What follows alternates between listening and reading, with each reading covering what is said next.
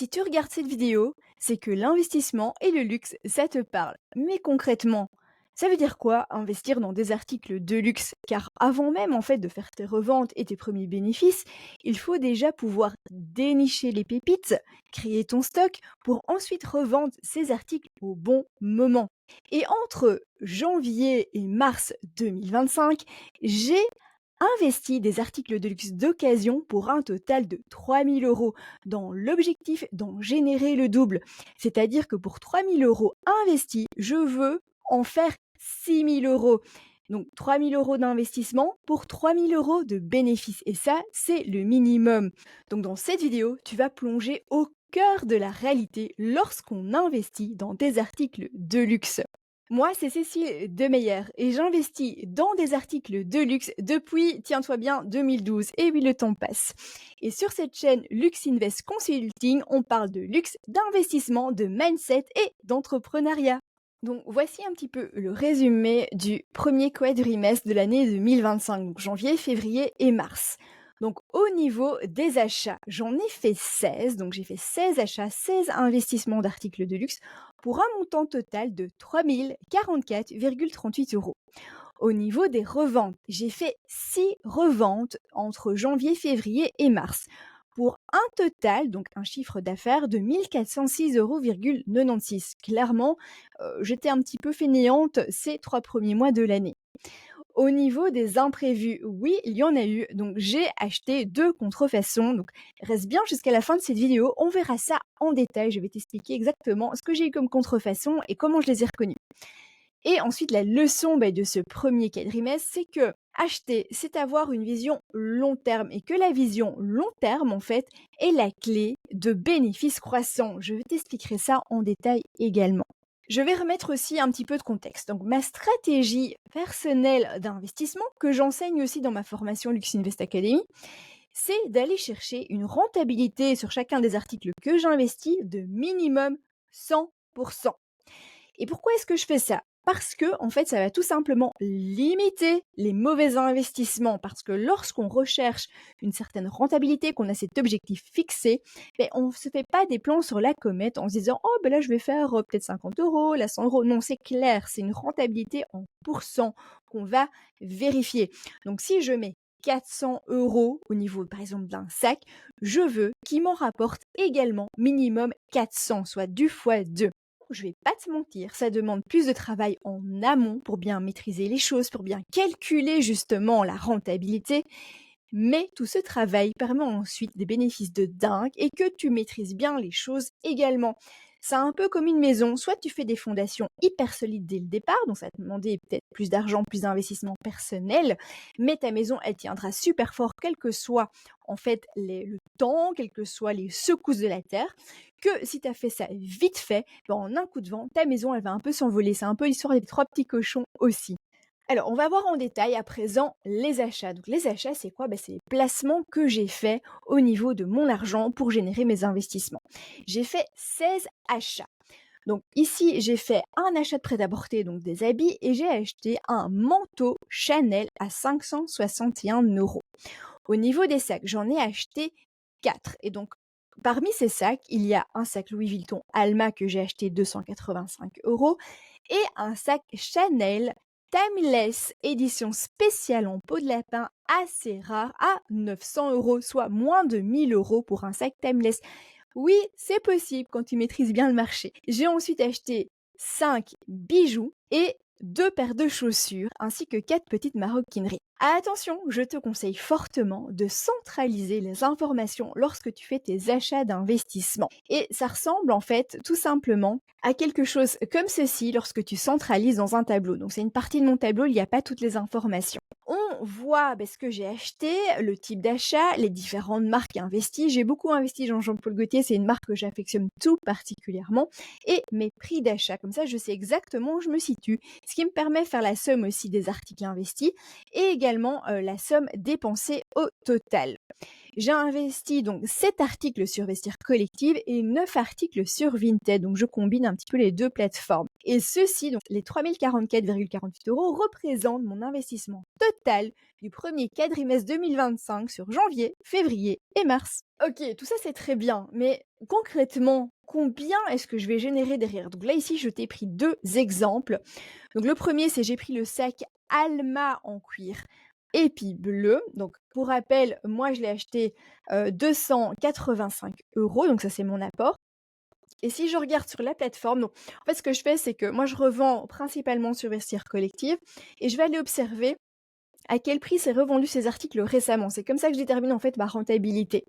Donc j'ai vraiment des reventes observées sur les 6 derniers mois. Et donc j'ai trouvé ce sac il se vendait, je veux dire, entre 600 et 900, parfois 1 000 €. Ici, j'ai pris une moyenne dans un état similaire à celui que j'ai investi. Ici, c'est vendu à 837 €. Attention que le prix de vente affiché contient la commission acheteur et la commission vendeur. Donc il faut déduire tout ça pour avoir vraiment le chiffre réel. C'est ce que j'ai fait. Donc sur les 837 €, j'ai déduit les frais acheteurs qui ici représentent 97 €. Et ensuite, là-dessus, donc j'ai pris ce prix-là, je l'ai placé dans, en fait, le, générateur de prix de Vestiaire Collectif pour savoir exactement combien j'allais toucher au final. Donc de 740 €, la commission de la plateforme sera de 90 € et donc en réalité, il me restera 643 € réellement dans ma poche. À ça, on va déduire l'apport de 285 € et il restera un bénéfice net de 358 €. Donc pour faire simple, j'ai transformé 285 € en 643 €. Donc c'est faire fois 2,25 sur l'apport. Et le bénéfice net de 358 € dans ce cas-ci représente une rentabilité de 125%. Donc on est bien à mon minimum de 100% et au-delà. Maintenant sur le manteau Chanel. Donc le même manteau revendu récemment s'est vendu à 1 300 €. Je déduis les frais acheteurs qui sont de 150 €. Ensuite, je déduis donc des 1 150 € qui restent la commission vendeur de Vestiaire Collectif de 150 €. Il me reste 1 000 €. De 1 000 €, j'ai déduit l'apport de 561 €. Donc là, mon bénéfice net sera de 439 €. Donc ici, je suis sur une rentabilité de 78%. Je ne suis pas totalement à 100%. Maintenant, c'est un article ici que je compte conserver un petit peu avant de le revendre. Donc, je sais que comme les prix ne font qu'augmenter, je vais arriver à ma rentabilité de 100%, même si elle n'est pas immédiate dans ce cas-ci, mais c'était vraiment une très belle transaction à réaliser. Donc, je suis plutôt ici sur un fois 1,78, donc un petit peu en dessous du 100% de rentabilité. Et nous passons à présent aux reventes. Et là, je dois bien avouer que j'étais assez fainéante sur le début de l'année entre janvier et mars 2025. Je me suis un peu reposée sur mes lauriers parce que la fin de l'année 2024 était assez exceptionnelle. D'ailleurs, j'ai fait un épisode de podcast où je te détaille en fait mon bilan achat-revente de l'année 2024. Je te mettrai le lien ici ainsi que dans les notes de l'épisode. Donc si ça t'intéresse, n'hésite pas à aller écouter cet épisode de podcast. Et oui, j'ai également un podcast. Et donc comme ça avait super bien fonctionné à la fin de l'année 2024, j'avais vraiment bien vendu. Je t'avoue, voilà, j'étais plus focus sur réacheter quelque chose que revendre. Donc je n'ai pas refait d'annonce, voilà, j'étais assez fainéante et donc franchement ça se ressent dans les chiffres puisque j'ai pas tellement vendu. En plus sur les 3 mois, moi ce que je regarde aussi c'est les offres que je reçois par mois. Et en fait ici, on va voir que j'ai reçu un total de 30 offres pour janvier, février et mars. Et donc en mars, j'ai reçu 4 offres, en février j'ai reçu 11 offres et en janvier 15 offres. Donc 15 offres, on voit qu'ici je bénéficie encore de la fin des reventes en fait de la fin de l'année. Voilà, donc c'est pas nickel nickel. Enfin on verra dans le mois suivant. Donc on verra pour le bilan d'avril que en fait là j'ai reçu beaucoup plus d'offres juste sur un mois. Donc ici au niveau de mes reventes et donc des bénéfices générés, j'ai fait 6 reventes. Une concerne un sac Gucci, une autre sur un bijou Hermès, assez particulier en corne.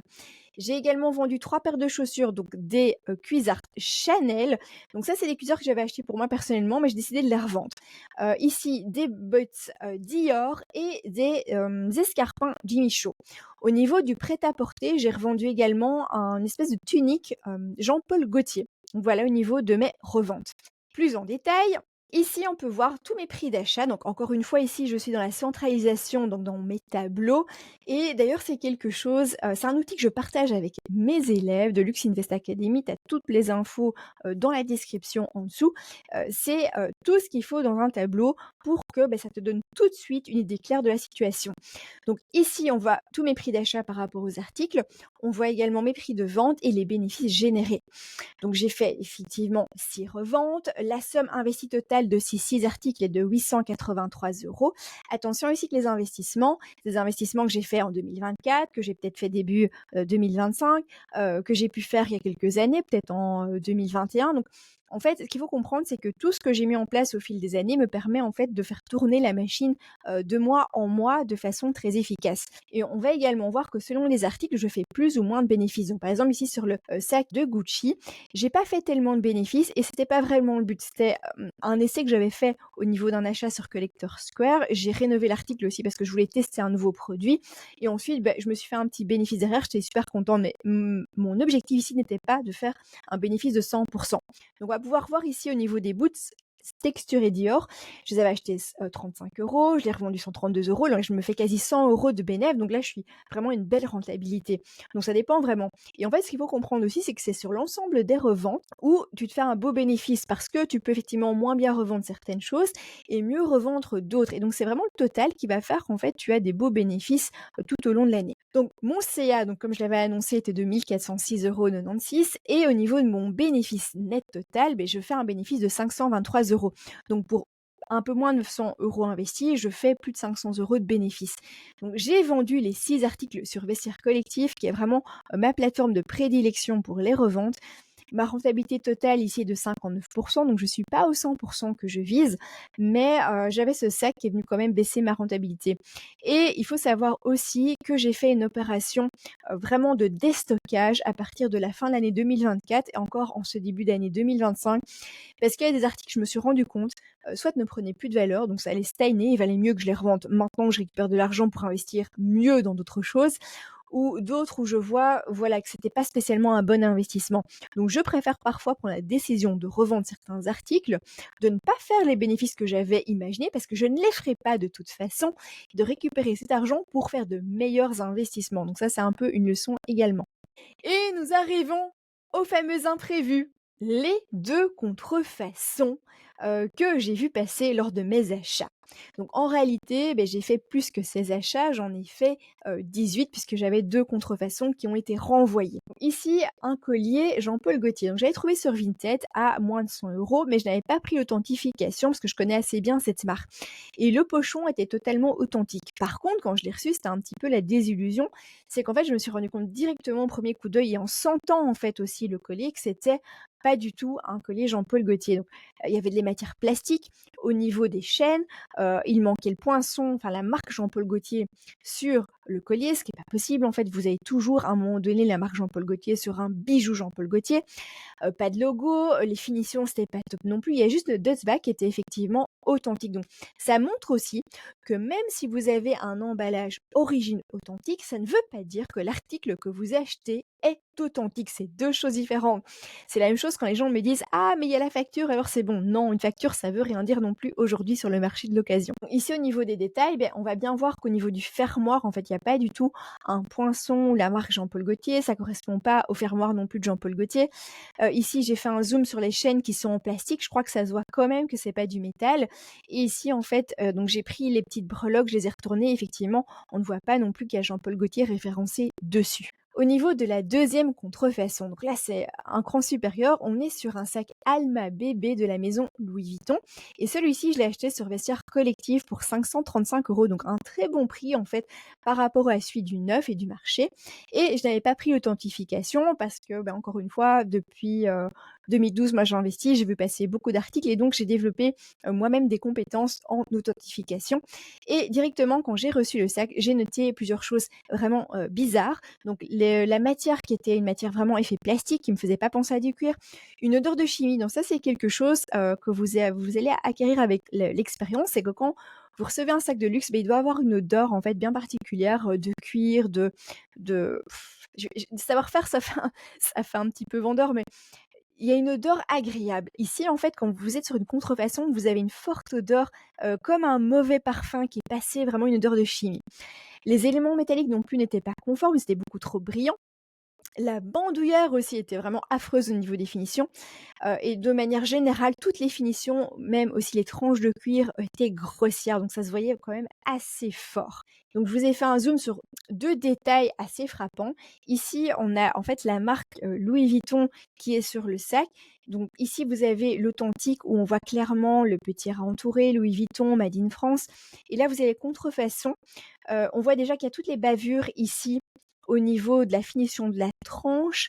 On voit aussi qu'au niveau des coutures, c'est pas très régulier, et alors on voit quand même que c'est pas du tout la même chose au niveau de la typographie. Il manque le petit R, donc c'est pas du tout conforme. Au niveau de la tirette, c'est peut-être même plus frappant. Donc une tirette Louis Vuitton authentique est assez fine au niveau justement du rendu, de la finition, de la brillance. La brillance n'est pas trop brillante, c'est une brillance, normale pour un métaux, mais c'est pas ultra brillant. Au niveau de la contrefaçon, on va voir que le LV est beaucoup plus grossier, beaucoup plus gros, et qu'il y a une, brillance ultra qui n'est pas logique sur ce type de sac. Il y avait bien entendu d'autres éléments, mais là, je voulais vraiment vous montrer 2 détails, en fait. Et donc nous arrivons sur la leçon de ce premier quadrimestre, donc janvier, février et mars, c'est que acheter, c'est vraiment une vision long terme. Une vision long terme, c'est la clé pour avoir des bénéfices croissants. Donc par exemple, ici, les 16 achats que j'ai fait pour 3 000 €, mais je sais qu'il y en a certains que je vais revendre dans 3 mois, dans 6 mois, d'autres peut-être dans 2 ans, d'autres dans 5, 6 ans. Et en fait, c'est parce que j'ai cette vision où je vais aller chercher la meilleure rentabilité, où je sais que les articles, ça vaut vraiment la peine que je les conserve pour maximiser le bénéfice. Et je sais que ça perd pas en valeur, que si je le vends demain, je récupère plus que la mise.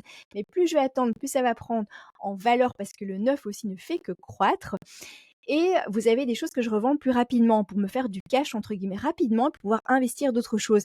Et donc voilà, moi j'ai vraiment une stratégie où je vais investir court terme, moyen terme et long terme. Mais ça, je reviendrai dans une autre vidéo, je pense, si ça vous intéresse. Et ce que je fais au niveau de mes investissements, c'est je prends des articles à fort potentiel, donc des choses où je sens, que ça va prendre beaucoup de valeur avec le temps. Donc par exemple, c'est pour ça que moi personnellement, je prends un pari sur la marque Jean-Paul Gaultier, mais je ne suis pas la seule, je pense. Et je vais aussi déstocker le moins rentable. Donc comme j'ai expliqué précédemment, c'est les articles que je vois que j'ai mal investis ou qui stagnent au niveau de la valeur, beh, je prends la décision de les revendre. Je les déstocke pour récupérer en fait de l'argent.